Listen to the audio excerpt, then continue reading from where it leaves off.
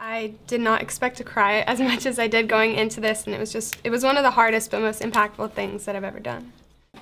Yeah, most kids, like, because I got to ride in the helicopter, and most kids were like, oh, how cool is the helicopter? I was like, God, it really wasn't that cool. I was staring straight up. I was in there for like 2 minutes. Like, it really wasn't that cool, and honestly, I've tried to forget about it because it was just such a stressful and, like, I want to say horrible, but it was a bad time. Like, it was bad, but it was also good at the same time to see how people are affected and to see what could actually happen.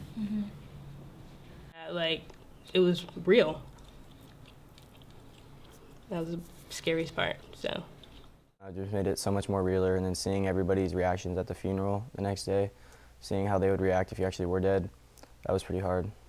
Like, the biggest thing about it for me was, like, at the mortuary and at the jail, like, people actually go through that stuff all the time, and it's like their reality. Like, for us, we got a second chance. Like, it was just pretend, but people actually have to sit at that table and discuss what they're going to do with their loved ones' remains. So it was, like, really upsetting and really stressful. We were at the hotel.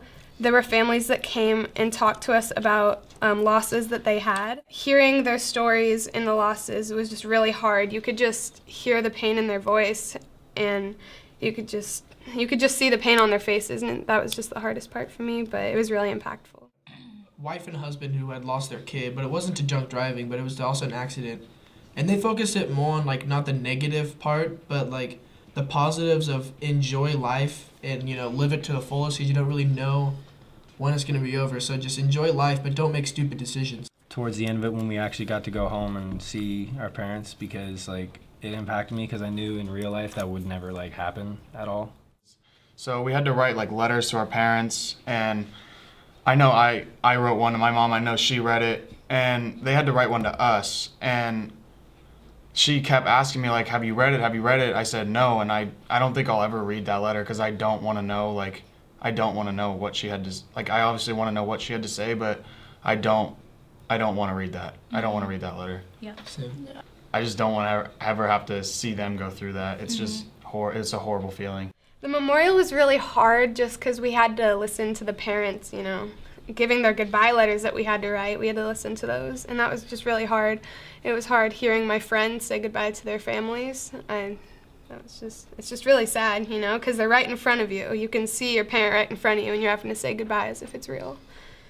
It's just hearing them cry and them holding my hands and not being able to be like, it's all right, I'm still here. It was hard. After the guy leaves the party all drunk and stuff, like, did you see that guy? You're like, you actually go up and, like, you cannot do this. You have to stay here. You have to get a cab or something like that. Yeah. I'm just really cautious about everything, and, like, I'll be at a party and then I'll make sure everyone has a ride home and everyone's okay. Like, it's just not something to joke about anymore. So now I'm, like, the mom of the group, and everyone laughs at me, but it's, like, serious because people will never really know until they've been through what we've been through. Yeah. Having someone be mad at you for one day isn't, like, that's a lot better than, like, going home drunk and, like, ended up kill somebody on the way home. It's just, like, someone's life is not worth just someone not being mad at you. I mean, you know the whole time, like, don't do it and stuff like that. So it's not like I was with it before and then against it now. So I mean, it's still like we're still against drunk driving, but it's more real to us now, or for me at least. So, like, it's more of a reality, and you don't want anyone to do it or be a part of it. Yeah.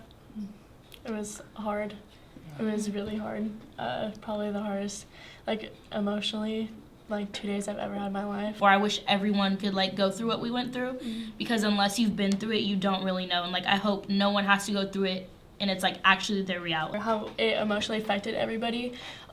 It was definitely, like, it's the hardest thing, and even though it was fake, like, imagine what it would be like if it was a real experience and how hard that would be and how much it would really affect everybody.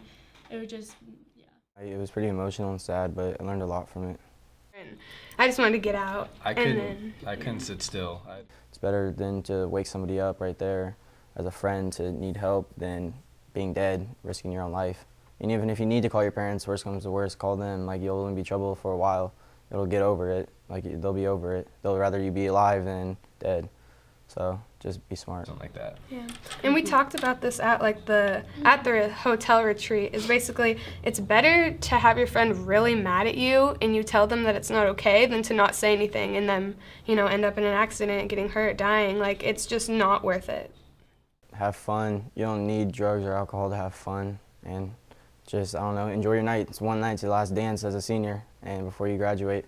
And if you happen to go to an after party, just make sure you stay there, give someone your keys or anything. Just don't drink and drive.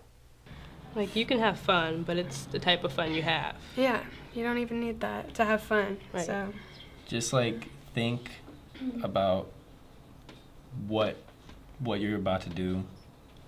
Think who it could affect and how it could affect them before you decide to do it and put it into play. Like how I never want to ever like think about doing that or someone else doing that. And so I'm always mindful now, like if I was annoyed at my friends and be like, oh, can you like DD for us? I'd be like, oh my God, like again or whatever. And now I'm just like, I'll always like be there, and it impacts the decisions that I'm going to make. And it's definitely impacted me like so much personally because of the experience I went to and going to jail and stuff.